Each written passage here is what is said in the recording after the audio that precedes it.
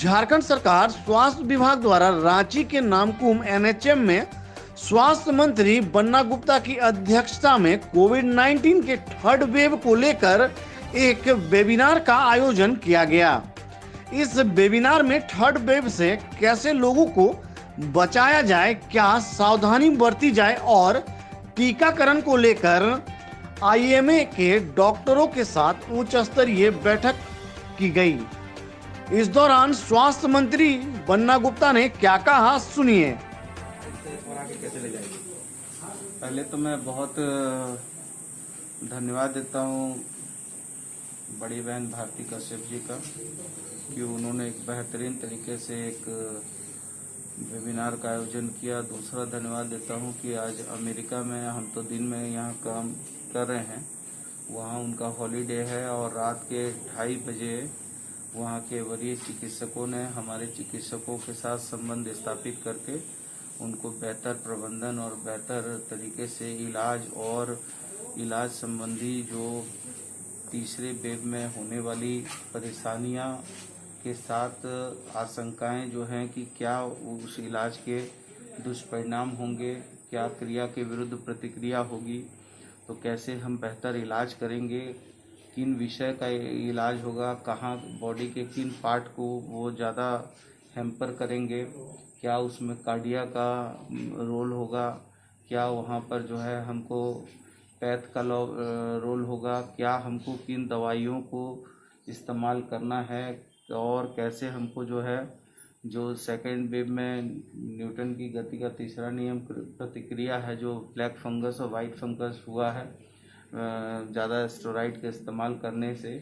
तो बच्चों को हम कैसे कम से कम दवाइयों के साथ बेहतर प्रबंधन उपलब्ध कराएं और किन चीज़ों पर उनका विशेष जो है ये तीसरे वेव में असर हो सकता है बॉडी के किस पार्ट में,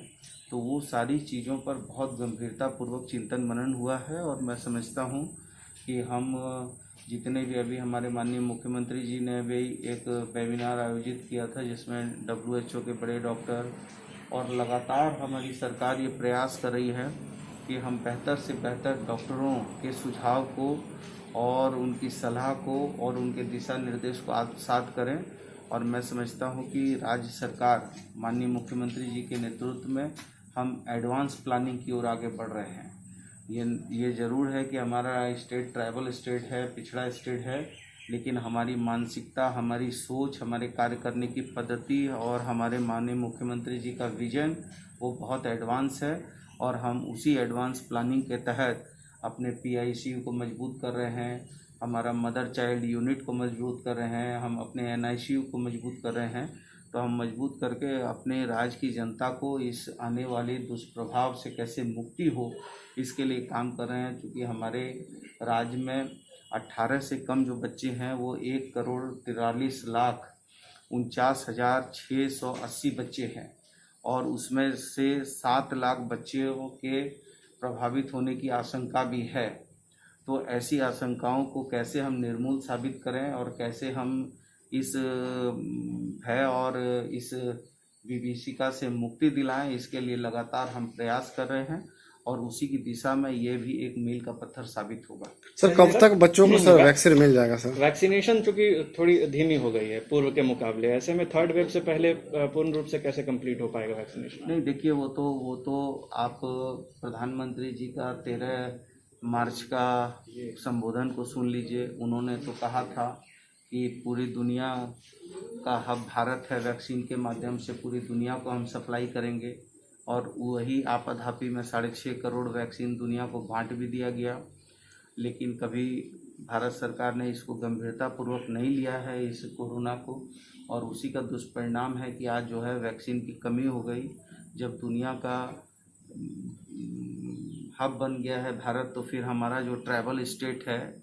जहाँ पर प्रधानमंत्री जी ने अपनी महत्वाकांक्षी योजना आयुष्मान भारत का जो है यहीं से शिलान्यास किया था, तो आखिर हमको फिर क्यों नहीं मिल रहा है? तो हमको तो जितना मिलता है उतना जो मिलता है उसको तुरंत हम वैक्सीनेट करते हैं। तो हम लोगों को तो बृहत मात्रा में चाहिए, लेकिन अब चूँकि हमारा मैन्युफैक्चरिंग तो झारखंड में होता नहीं है, हम तो केंद्र पर आश्रित हैं। और हमने तो आपके माध्यम से कई बार हमारे जितने भाजपा के सांसद हैं उनसे अनुनय विनय किया है कि कम से कम भाई आप ही जाकर प्रधानमंत्री जी से हम लोगों को वैक्सीन ला दीजिए ताकि हम राज्य की जनता को सुरक्षित कर सकें, उसको वैक्सीनेट कर सकें। लेकिन चूंकि वैक्सीन जितना आएगा उतना ही ना हम लगा पाएंगे। सर बच्चों को कब तक सर